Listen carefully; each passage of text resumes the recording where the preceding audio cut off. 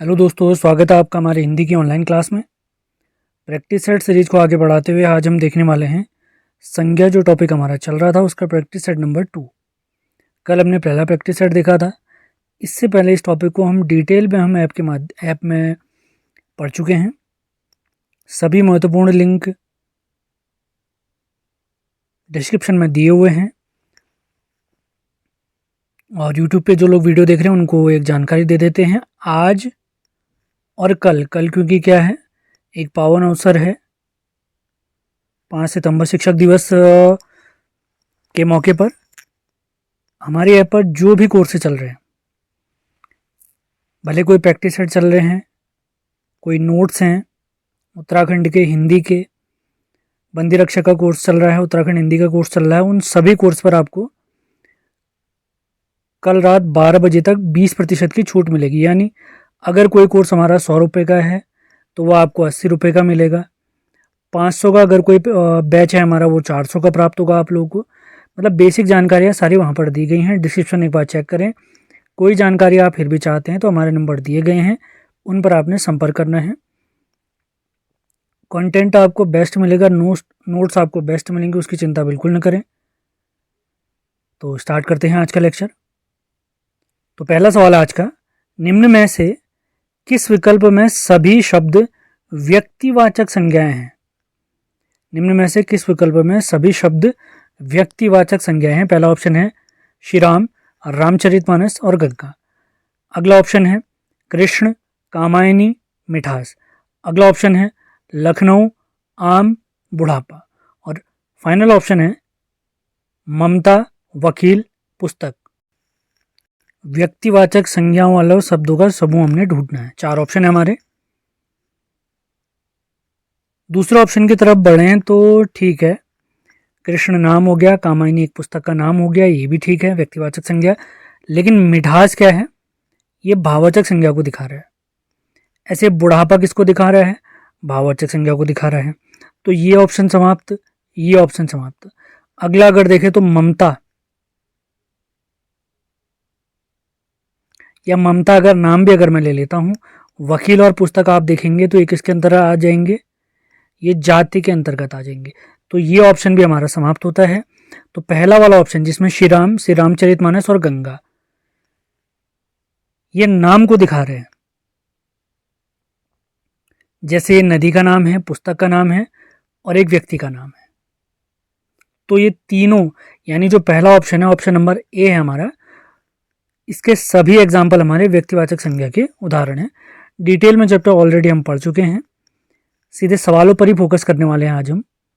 ये दूसरा practice set है हमारे संज्ञा चैप्टर का। अगला सवाल है, जिन संज्ञाओं में एक ही प्रकार की वस्तुओं या व्यक्तियों का बोध होता है उन्हें क्या कहते हैं? व्यक्तिवाचक, जातिवाचक, भाववाचक या द्रव्यवाचक। तो जिन संज्ञाओं में एक ही प्रकार की वस्तुओं या व्यक्तियों का बोध होता है, तो इसका सही जवाब है जातिवाचक संज्ञा। जैसे गाय, सभी गाय इसमें शामिल हो गई। जैसे टीवी, सभी प्रकार के टीवी इसमें शामिल हो जाएंगे। देश, जितने भी देश इस पृथ्वी में मौजूद है सभी इसमें शामिल हो जाएंगे। तो इस प्रकार के शब्दों के बारे में ही पूछा गया है। अगला सवाल देखते हैं, तीसरे सवाल की तरफ बढ़ते हैं। इंपॉर्टेंट सवाल है, काफी अच्छा सवाल है। राज्यपाल शब्द में कौन सी संज्ञा है?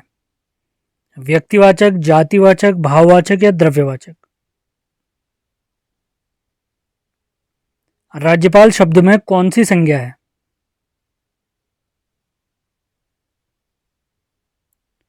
आगामी यूकेपीएससी की, यूके ट्रिपल एससी की जो भी परीक्षाएं उनके बारे में कुछ जानकारी मैं आपको दे देता हूं। स्ट्रक्चर्ड वे में सीरियल वाइज आपने सारे सब्जेक्ट डेली बेसिस पर पढ़ने हैं।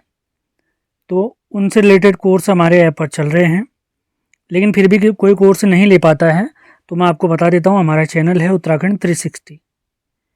उत्तराखंड 360, उसमें इतिहास की सीरीज चल रही है, उत्तराखंड के इतिहास की सीरीज चल रही है। हफ्ते में एक वीडियो इसका आता है।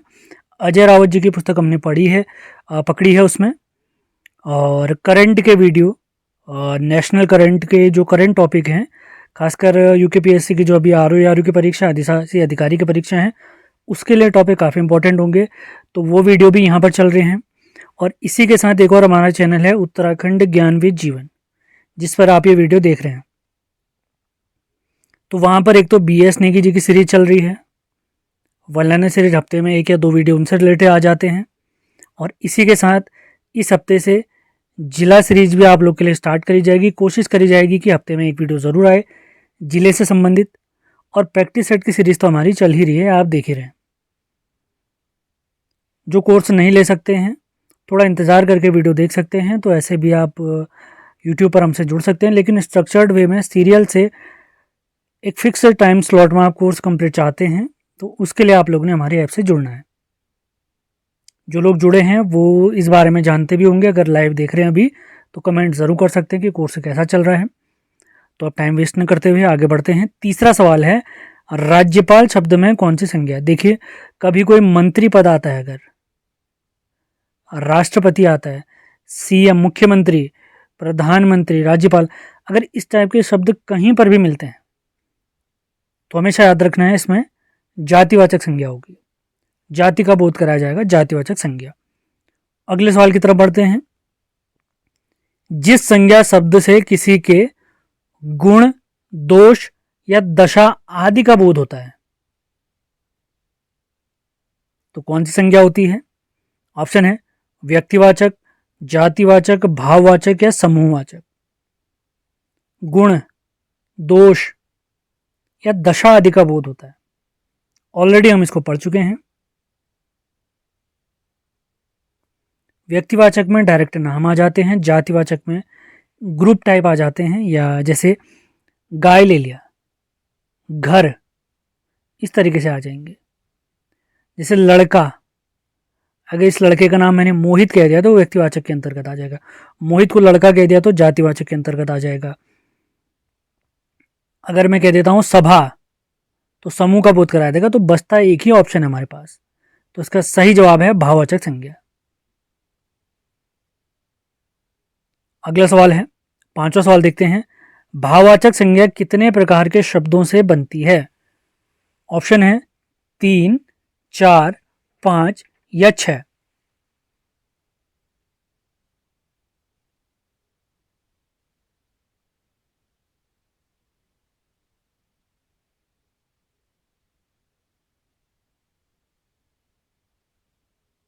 भाववाचक संज्ञा कितने प्रकार के शब्दों से बनती है? तो इसका सही जवाब है 5 प्रकार के शब्दों से बनती है। किन किन प्रकार से बनती है, कैसे बनती है, पिछले लेक्चर में हम पढ़ चुके हैं। जो हमने डिटेल क्लास पढ़ी थी ऐप में, उसमें मैं बता चुका हूँ भाववाचक संज्ञा अलग अलग तरीके से किस प्रकार से बनती है। अगला सवाल देखते हैं, काफ़ी इंपॉर्टेंट सवाल है, कई बार पूछा गया सवाल। राष्ट्र शब्द की भाववाचक संज्ञा बताइए। कोर्स संबंधी जानकारी, तैयारी कैसे करी जाए इसकी जानकारी इत्यादि के लिए आप ये नंबर आपको दिख रहा है, इस पर संपर्क कर सकते हैं। तो सवाल है, राष्ट्र की भाववाचक संज्ञा बताइए। ऑप्शन है राष्ट्रीय, राष्ट्रीय, राष्ट्रीयता या इनमें से कोई नहीं। राष्ट्र शब्द की भाववाचक संज्ञा बताइए। तो इसका सही जवाब है राष्ट्रीयता का भाव। सही जवाब है और राष्ट्रीयता। अगले सवाल की तरफ बढ़ते हैं। निम्न में से कौन सा शब्द समूहवाचक नहीं है? कौन सा शब्द समूहवाचक नहीं है? वृंद, गण, वर्ग या घर।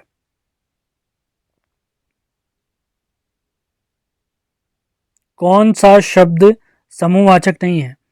अब यहां पर जो शब्द हमें दिख रहे हैं, वृंद, गण और वर्ग, ये सभी समूहवाचक के अंतर्गत आते हैं। लेकिन जो घर हमारा है, ये आता है जातिवाचक के अंतर्गत। ये आता है जातिवाचक के अंतर्गत। तो 7वें क्वेश्चन का राइट आंसर है घर। 7वें क्वेश्चन का सही जवाब है घर। याद रखेंगे, इंपॉर्टेंट है।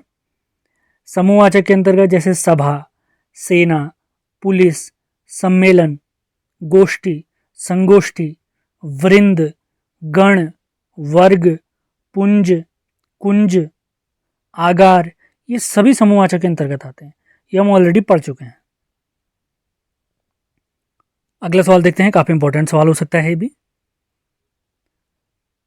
स्वतंत्रता सबको प्यारी है और रेखांकित शब्द में संज्ञा बताइए। स्वतंत्रता सबको प्यारी है, तो रेखांकित शब्द है हमारा स्वतंत्रता। इसमें कौन सी संज्ञा है, ये हमसे पूछा गया है। ऑप्शन है व्यक्तिवाचक, जातिवाचक, भाववाचक और समूहवाचक। स्वतंत्रता सबको प्यारी है,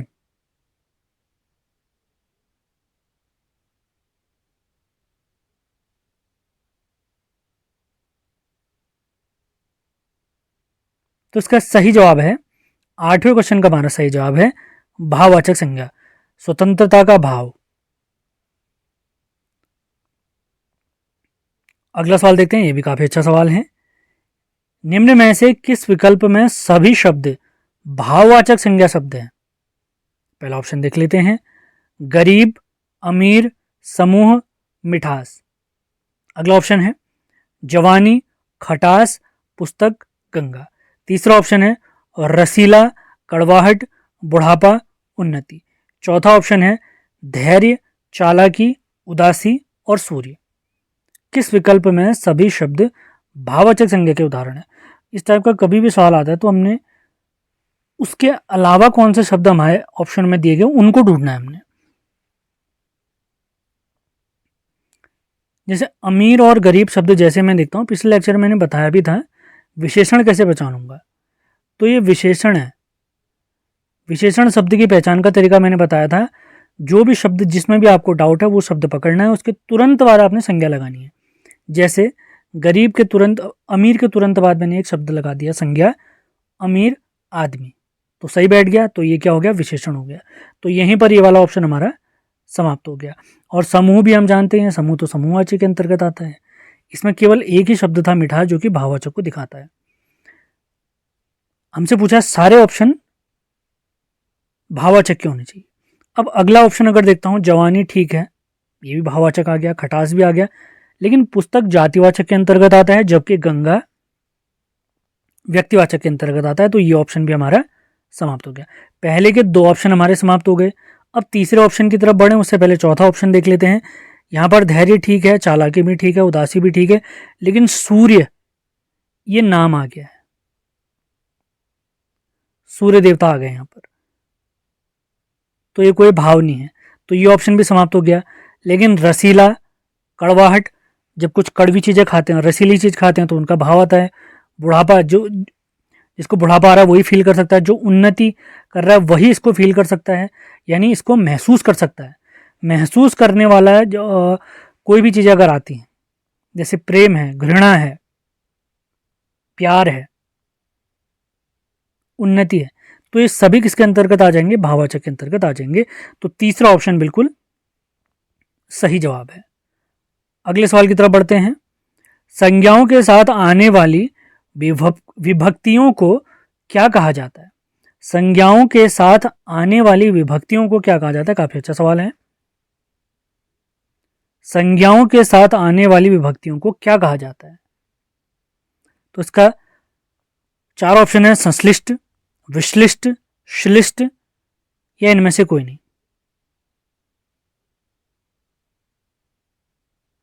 संश्लिष्ट इस तरीके से लिखा जाएगा, ये यहाँ पे गलत तरीके से लिखा हुआ है, संश्लिष्ट इस तरीके से लिखा जाएगा। तो 10वें क्वेश्चन का हमारा सही जवाब है ऑप्शन नंबर बी, विश्लिष्ट। विश्लिष्ट बिल्कुल सही जवाब है। अगले सवाल की तरफ बढ़ते हैं। व्युत्पत्ति के आधार पर संज्ञा के भेद बताइए। व्युत्पत्ति के आधार पर संज्ञा के भेद बताइए। हमारे ऑप्शन है 3, 4, 5 या 6। व्युत्पत्ति के आधार पर संज्ञा के भेद 3, 4, 5 या 6। कल भी हमने पढ़ा था, उससे पहले ही मैं आपको पढ़ा चुका हूं इस बारे में। तो व्युत्पत्ति के आधार पर जो हमारे संज्ञा हैं उसके प्रकार हैं 3। इसके अंतर्गत आते थे कौन कौन से? रूढ़, रूढ़ के बाद यौगिक, और यौगिक के बाद इसके अंतर्गत आता था योग रूढ़। योग रूढ़ याद रखेंगे, इंपॉर्टेंट है। अगले सवाल की तरफ बढ़ते हैं। किस शब्द में, 12वां क्वेश्चन आज का है, किस शब्द में व्यक्तिवाचक संज्ञा नहीं है?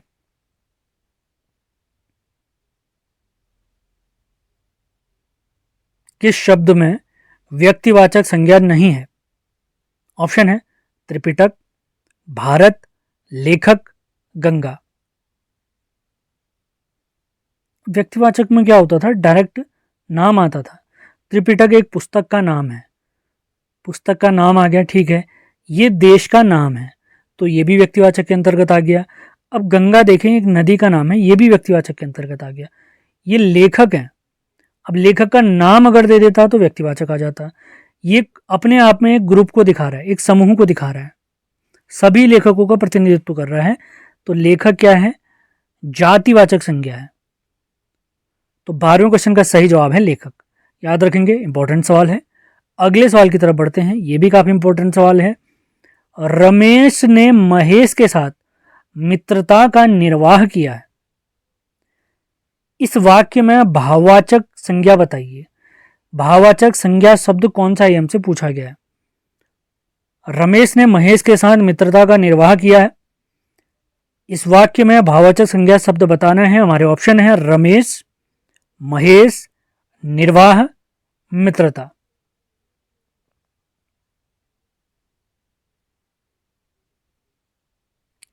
तो इस क्वेश्चन का सही जवाब है मित्रता। मित्रता का भाव होना चाहिए हम सभी के अंतर्गत। 13वें का सही जवाब है, 13वें क्वेश्चन का राइट आंसर है मित्रता। भाववाचक संज्ञा शब्द कौन सा है? मित्रता। अगला सवाल देखते हैं, यह भी काफी महत्वपूर्ण सवाल है। समुद्रगुप्त भारत का नेपोलियन था। इस वाक्य में प्रयुक्त शब्द नेपोलियन में कौन सी संज्ञा है? दो नियम पढ़े थे हमने, आपको जरूर याद आ रहे होंगे। कभी कभी व्यक्तिवाचक संज्ञा का प्रयोग जातिवाचक के रूप में और जातिवाचक संज्ञा का प्रयोग व्यक्तिवाचक के रूप में किया जाता है। तो उसी लॉजिक को पकड़ते हुए सवाल सॉल्व हो जाएगा। हमारे ऑप्शन है व्यक्तिवाचक, जातिवाचक, भाववाचक और समूहवाचक। व्यक्तिवाचक, जातिवाचक, भाववाचक और समूहवाचक। अब यहां पर नेपोलियन उन लोगों के समूह को बता रहा है, उन लोगों की तरफ इशारा कर रहा है, वे लोग जो कभी युद्ध नहीं हारते हैं।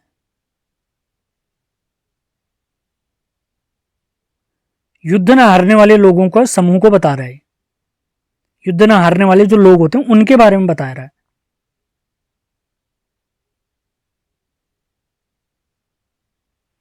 भले ही नेपोलियन क्या है, नाम है, वैसे तो व्यक्तिवाचक है, लेकिन ऐसे लोगों के बारे में बता रहा है, ऐसे लोगों की जाति के बारे में बता रहे हैं जो कभी युद्ध नहीं हारते।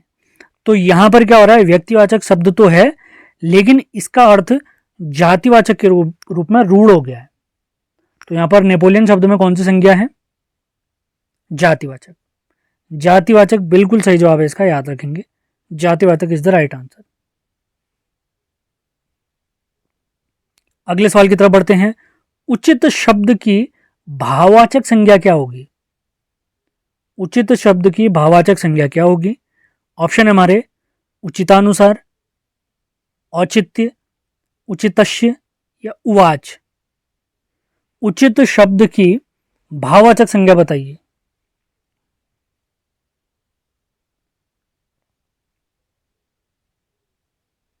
तो 15वें क्वेश्चन का राइट आंसर है औचित्य।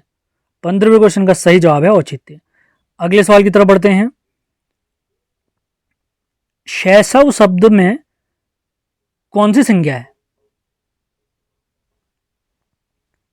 व्यक्तिवाचक, जातिवाचक, भाववाचक, समूहवाचक।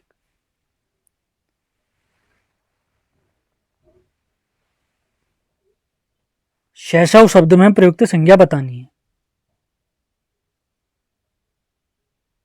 तो शैशव शब्द का सही जवाब, शैशव शब्द का अर्थ होता है बच्चे होने का भाव, बालक होने का, कम आयु का होने का भाव।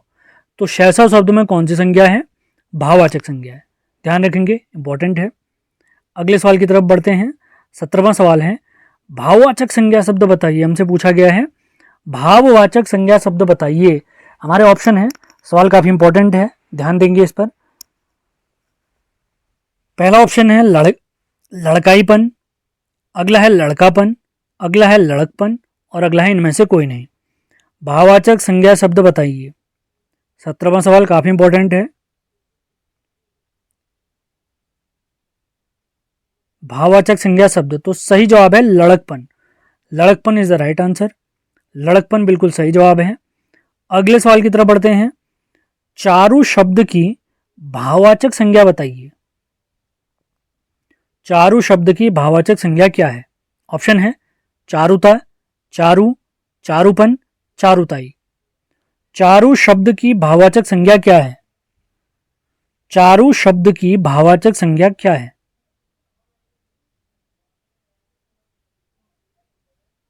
चारु शब्द की भाववाचक संज्ञा, तो इसका सही जवाब है चारुता। चारु शब्द में ता इन्होंने प्रत्यय लगाया हुआ है। बहुत से भाववाचक संज्ञा शब्दों को पकड़ने के लिए आपने ध्यान रखना है इस प्रत्यय के बारे में। 19वां सवाल है आज के प्रैक्टिस सेट का। सुंदर शब्द की भाववाचक संज्ञा बताइए। सुंदर शब्द की भाववाचक संज्ञा क्या है? ऑप्शन है सौंदर्य, सुंदरता, या दोनों, या सुंदरतम। सुंदर शब्द की भाववाचक संज्ञा क्या है? सौंदर्य, सुंदरता, या बी दोनों, मतलब सौंदर्य या सौंदर्य सुंदरता दोनों, या चौथा ऑप्शन है सुंदरतम। सवाल काफी इंपॉर्टेंट है।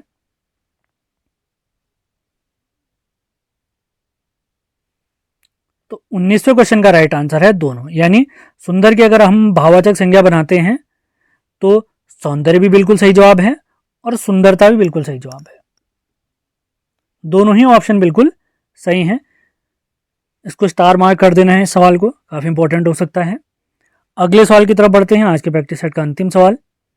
सेशन आपको पसंद आते हैं, यूट्यूब पर अगर देख रहे हैं तो इन्हें लाइक और शेयर ज़रूर करें।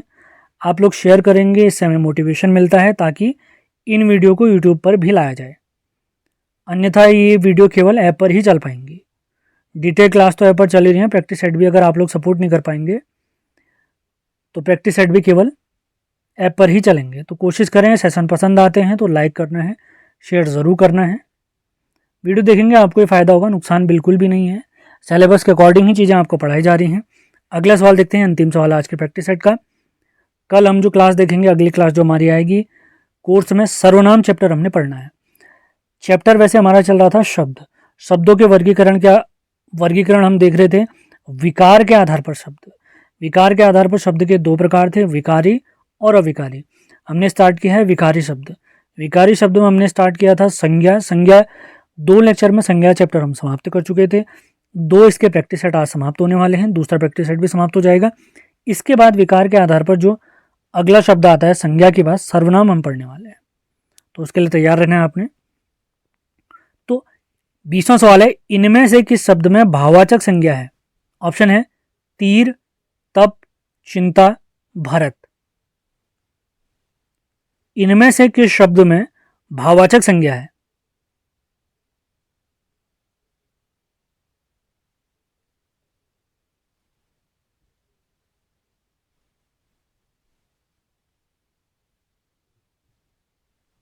तो इसका सही जवाब है चिंता। तीर तो नाम हो गया, व्यक्तिवाचक के अंतर्गत आ गया, खत्म। भरत भी क्या हो गया, नाम हो गया, व्यक्तिवाचक के अंतर्गत। अब बचता है तप। अब तप के बारे में अगर आपको मैं बताऊं, अगर यहां पर तपस्या होता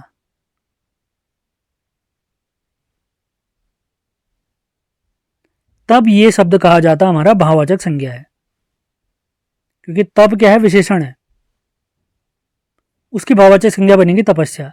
लेकिन यहां पर हमसे पूछा भाववाचक संज्ञा शब्द बताइए, तो सही जवाब है चिंता। चिंता बिल्कुल सही जवाब है। इसी के साथ आज का सेशन हमारा समाप्त होता है। सेशन पसंद आ रहे हैं, यूट्यूब पर अगर देख रहे थे, उन्हें लाइक और शेयर ज़रूर करना है। मिलते हैं अगले वीडियो में। धन्यवाद।